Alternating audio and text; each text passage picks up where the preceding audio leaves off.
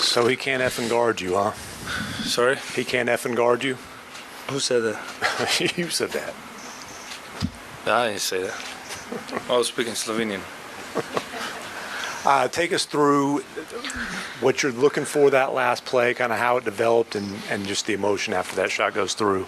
I don't decide what I'm going to look before the play. I just see what defense gives me. I didn't expect that we're going to switch. We're just going to play that pick and roll. I told you live coming. We'll just figure out from there. That's about it. Read the defense.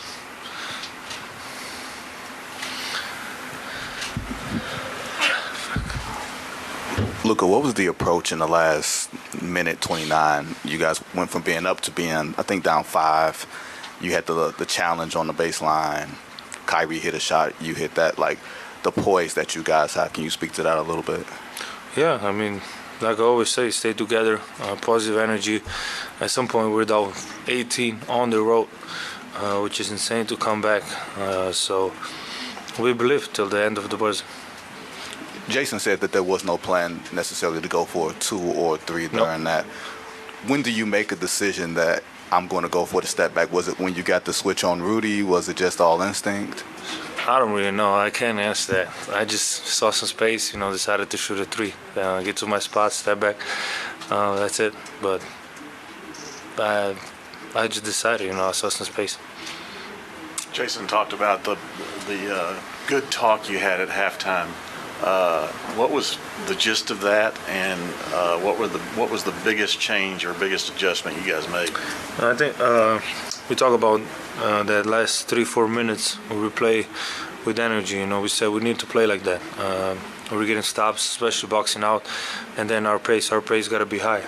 So those 3-4 minutes we took as example.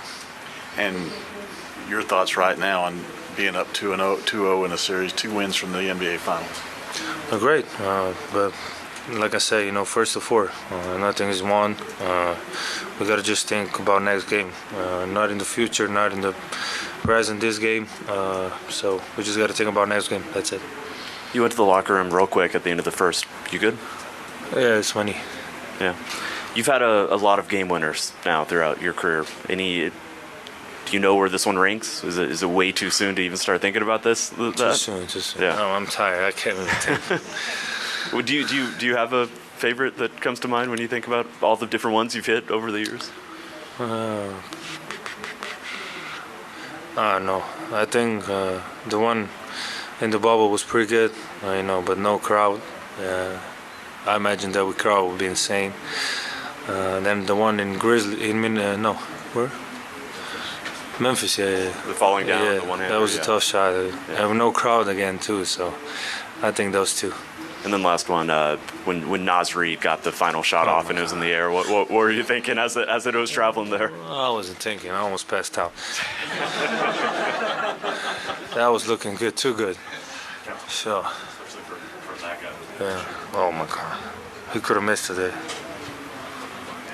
But you had more success attacking downhill in the second half. What opened up for you to be able to have that success? Let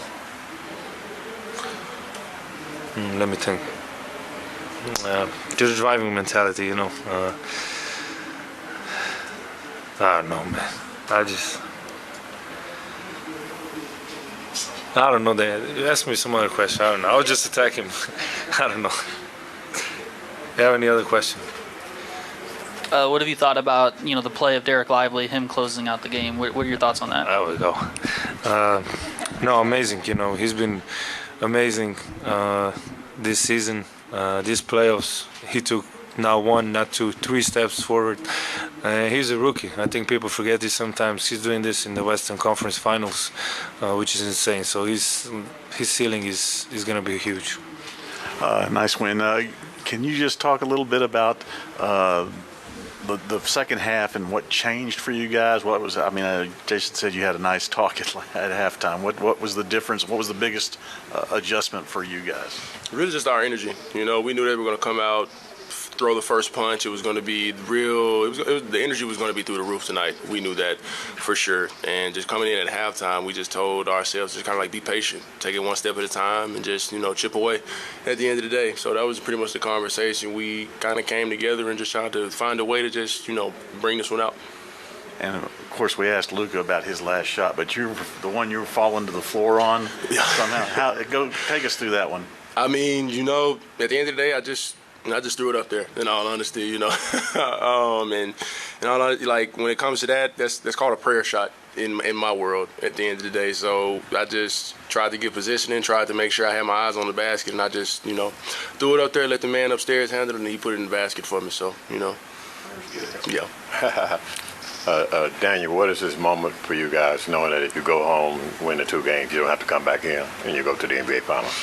I mean, we just got to take it one game at a time. We can enjoy this until, we get back to Dallas, but they're going to come back and they're going to come, for sure pissed off when it comes to coming to our home. We took 2 here. We just got to make sure we would stand just like that first punch if they come home and throw that first punch. But we ready for anything, I feel like.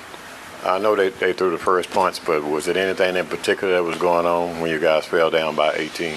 Not necessarily. They were just hitting shots. It was a couple of mishaps when it came to just like rotations. Naz got going. He hit a couple of threes, got the energy going throughout the team. They was getting a lot of rebounds, getting a lot of second chance points in all honesty. And it was just being a little bit more physical than us. So we just had to kind of like take that step in the right direction. I feel like we did that tonight. Dan, Luka's last shot there, does it surprise you at all that they don't blitz him, get the ball out of his hands? What's your kind of thoughts on, as that's breaking down, like, what are you thinking? I mean, I really can't even put it into words, At the end of the day, we put the ball in one of the right guys' hands, and he for sure, I would say, gave us something that we knew he was going to come out with at the end of the day. He said it was a lucky shot, but I feel like it's one of the shots that he works on a day-to-day basis. So, what was going through your head when that ball's in the air? On the Luka shot? Yeah. I was like, that was money, most def. I mean, he got the spacing that he wanted when it came to Rudy switching on to him, and Rudy did his best to stay with him. And I felt like, Rudy got a good contest, but he got the shot, pretty much high in the air to where it needed to be to go in. Even with, like you say, your prayer shot, you had 5 blocks, and you and D-Live made sure that you not only were on help defense, but you made sure that you got. Really? I didn't. I did not. I thought I at least had 3. Well, you had 5. Okay. So, how do you assess you and D-Live being able to help now on defense and to make sure that you guys maintain the victory? I mean, we just feed off each other's energy at the end of the day. We always are in a film session trying to figure out ways how to be better than the game before, in all honesty, and just keeping each other motivated, which everybody does on the team. Everybody, gives us that energy that we need to just go out and just win basketball games at the end of the day. So when it comes to him, whenever I'm coming out of the game, I tell him to be a monster, and he does the same to me, When Luka hits a shot like that and then he's barking at Rudy, how would you assess his trash talking? I would say pretty common. I done seen a lot of stuff that Luka has said, and I done been on the same end of where Rudy was in a couple of times where I've played against Luka. At the end of the day, his trash talk is different, especially when he gets to talking in his own language. That's a different type of trash talk. So you just gotta give credit where credit is due. I would say, because he knocked down the shot, he talks trash afterwards. Just pat him on the back and just keep going. It sounds like tonight he stuck to English, though. Yeah, for sure, most definitely. From what I heard, he stuck to English, most definitely. It was French and English, I believe. But on another note, you guys, back to you and D-Live, you guys were very efficient above the rim. How does it feel when you guys are able to get on the inside in a game like this? I mean, it just feels good because, we're making an impact at the end of the day. We're trying to find the seams and just what can, put us in position to where we can help the team, in all honesty. And we just, found the positioning. We got in the right spots at the right times, and our guards found us, whether it was rebounding, where we tipped it out, we had a second chance opportunity to pretty much go down and get downhill and get shots up. And, we just got the right guys downhill, and everybody just put trust in us to just finish around the basket, and that's what we did tonight.